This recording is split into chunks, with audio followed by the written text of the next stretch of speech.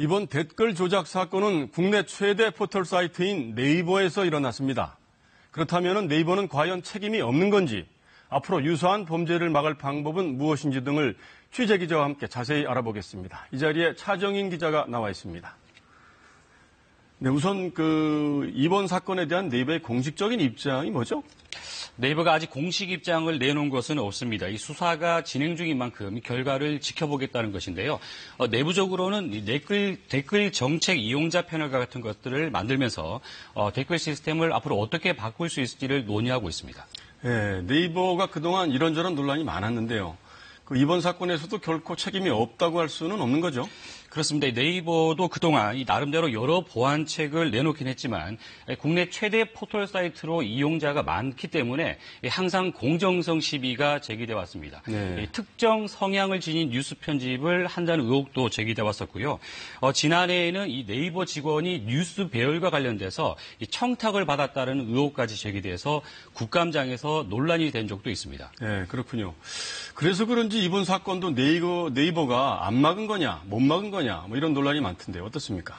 이 매크로라는 용어 때문에 낯설게 느껴질 수가 있는데요. 하지만 이 사실상 해킹과 같다라고 보시면 되겠습니다. 그러니까 방어 시스템을 아무리 정교하게 만들어도 그걸 또 우회할 수 있는 공격 방법이 얼마든지 나올 수 있다는 얘기가 되겠죠. 그래서 이 매크로 조작을 100% 막는다는 것은 사실상 어렵다라는 게 이 보안 전문가들의 의견입니다. 네, 그렇군요.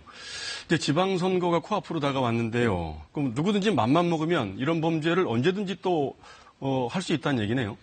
그렇습니다. 이 클릭만 반복적으로 해주는 매크로는 인터넷에서 쉽게 구할 수가 있습니다. 이 성능에 따라서 가격 차이는 있는데 이 복잡한 기능을 수행하는 프로그램도 얼마든지 이 마음만 먹으면 구입 가능한 것으로 알려져 있습니다. 결국 언제든지 누군가든지 의도를 가지고 이런 댓글 조작 사건을 다시 일으킬 수 있다라는 얘기가 됩니다. 차제에 인터넷에서 아예 댓글 기능을 없애자 뭐 이런 주장도 있는데요. 대안은 없는 겁니까? 이 포털 입장에서는 댓글이 큰 수익원이 된다라는 인식이 있기 때문에 그들 스스로 자발적으로 댓글을 없앤다는 것을 기대하기는 힘들 것 같고요.